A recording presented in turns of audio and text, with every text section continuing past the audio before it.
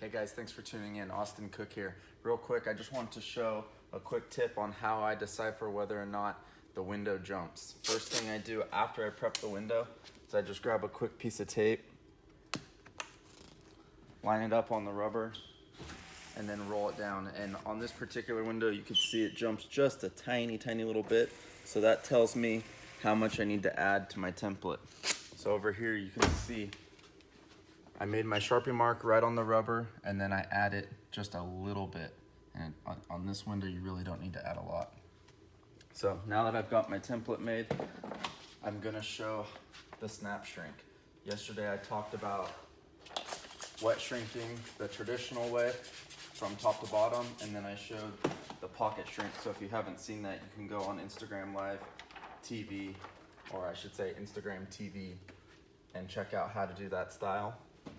This is another style of shrinking that does save time. It only works, I only like to use it on windows that don't have that much curvature. Some of the Honda Accords and what's another window I don't like to do it on?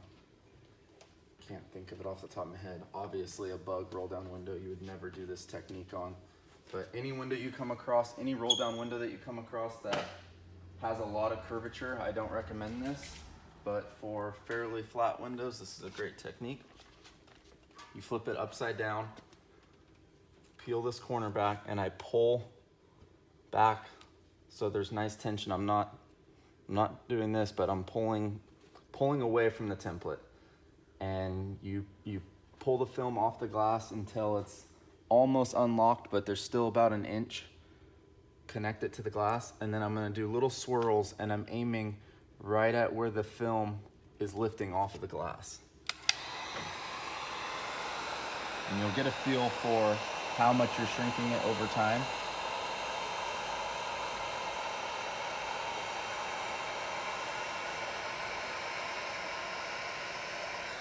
And then once I've done that, I'll unlock it and kind of see how much tension I have. And again, it takes a little bit of experience to know how much tension you need for the window you're working on. But for this window, I think that's gonna be great.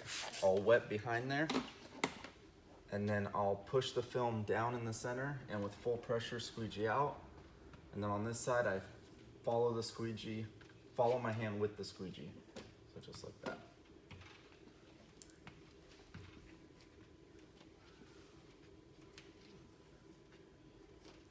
All right, I'm ready for install. I had somebody ask me this morning on Instagram, how critical is it to have a peel board and how critical is it to have the template upside down? And those are two things that I absolutely suggest you do. I think it's very critical to do this upside down because this liner acts as a roof. Right now, any falling contaminants are being blocked by the liner.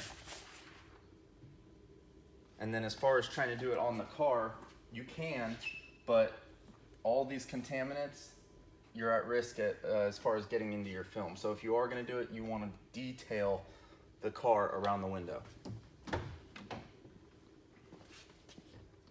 This particular car, I had tons and tons of dressing on here, so I wasn't able to get my tape to stick with the painter's plastic. So you'll see me throughout the install process just continuously keep this clean and not let a ton of water roll down the door panel. So here goes my final spray. Again, I've already prepped this. This glass is laminated. It's got that double bevel at the top, so I cleaned in there a ton with paper towel until it was 100% clean. And then I've wrapped a microfiber around a hard card and cleaned these gaskets until they're 100% clean. So this will be my final spray, or excuse me, final squeegee.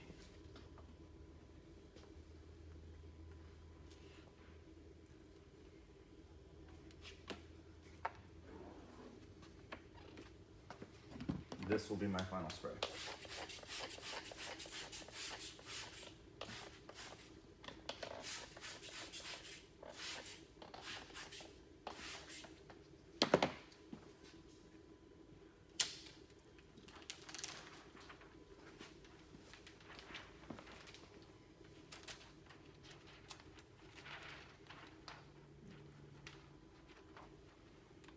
Now, this is by no means the hardest window, but it's also not the easiest window because on these Jeeps, there's a little bit of offset on both sides. So first thing I do is I slide one side in and I slide it back as far as I can. And then for the front, I actually scrunch the film here in the center.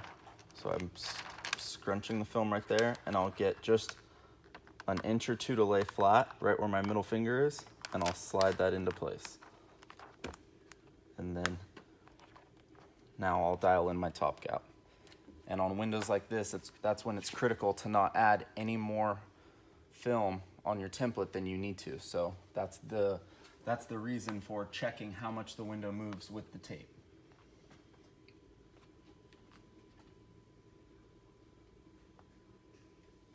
Okay, I've got my top gap where I want it.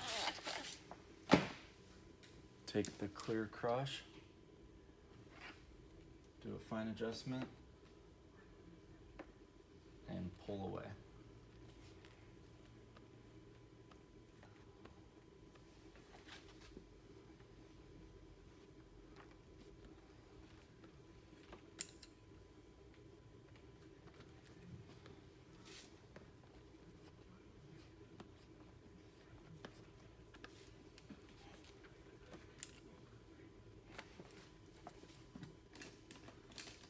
Take my blue hard card, make sure there's no contaminants on it.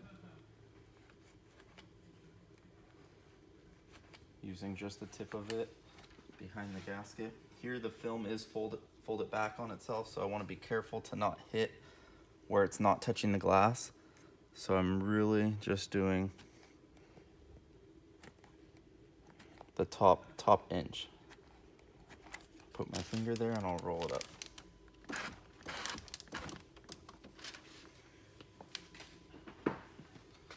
Grab the red devil. Now that the window's rolled up and I got a second, I'll just give this a wipe, because I find that when the water sits on there is when it'll make the little water stains.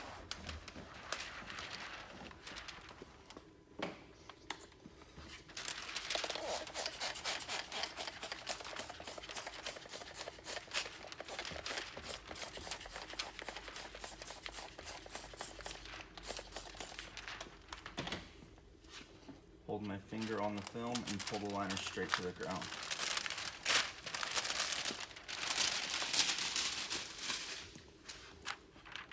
Okay, hold the film 3/4 of the way back, and you can see how the film's folded over on itself, so you got to get it folded the other way.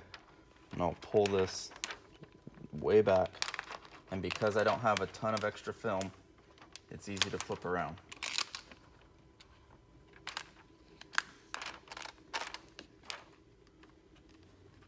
Make the bottom of the film taut.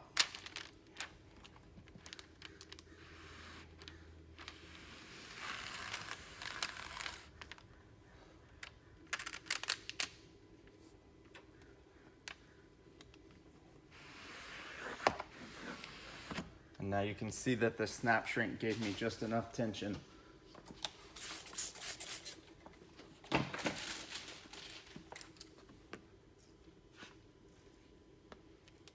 Alright, start squeeging from the center out. You don't want to come over here. You want to start in the center.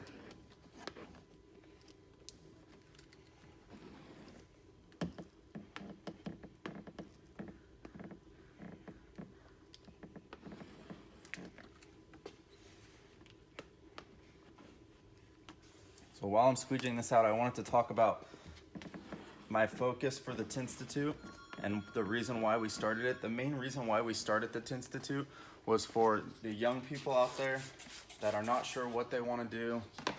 They're not sure where they want to go after high school, and they come across the Tinstitute and they think, wow, that might be for me. That's a cool way to not have to go to school and get a nice paying job. In addition to that, here at my shop, training people has always been an issue. So now we're using these Tinstitute videos to help train our new team members, as opposed to me having to show them everything myself. They could watch all the videos, and then after watching all the videos and becoming familiar with what we're doing, then I can get hands-on with them, and they have got a place to start rather than me having to tell them everything for the first time. It also allows them to get familiar at home versus on the clock here. And then in addition to that, there may be some professionals out there that are doing it a different way, and they just see me do it and go, oh, you know what, I never did that before, let me try that. Because we all know that when you start doing it one way, it's easy to get stuck in a rut and stick to just one way of doing things. I've learned a lot of things from watching videos online, watching other installers on Facebook, Instagram, YouTube. So I know even as an experienced installer, there's not necessarily a better or worse way, there's just different ways. So that's the reason why we're doing this. Always go over it a couple times. This will be my last time.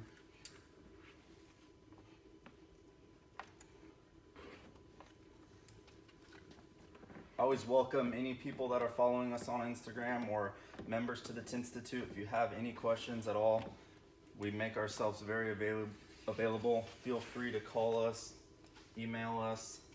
We'll always pick up the phone. We're always willing to help. So thanks for watching the Tint Institute. I'm Austin Cook.